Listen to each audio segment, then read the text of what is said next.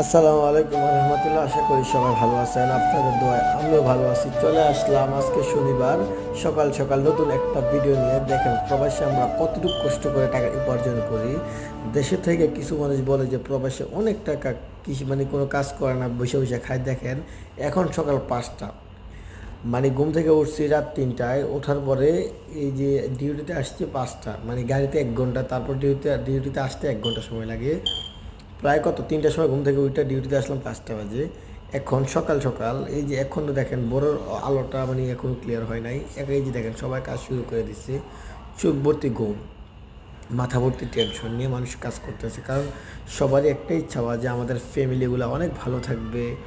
আর প্রবাসে না খুবই কষ্ট। দেখেন এত সকাল সকাল মানুষ কিভাবে কাজ করতে আসে জানেন না। আল্লাহ সবাইকে ভালো রাখো, আমার কাছে এতটুকুই চাওয়া।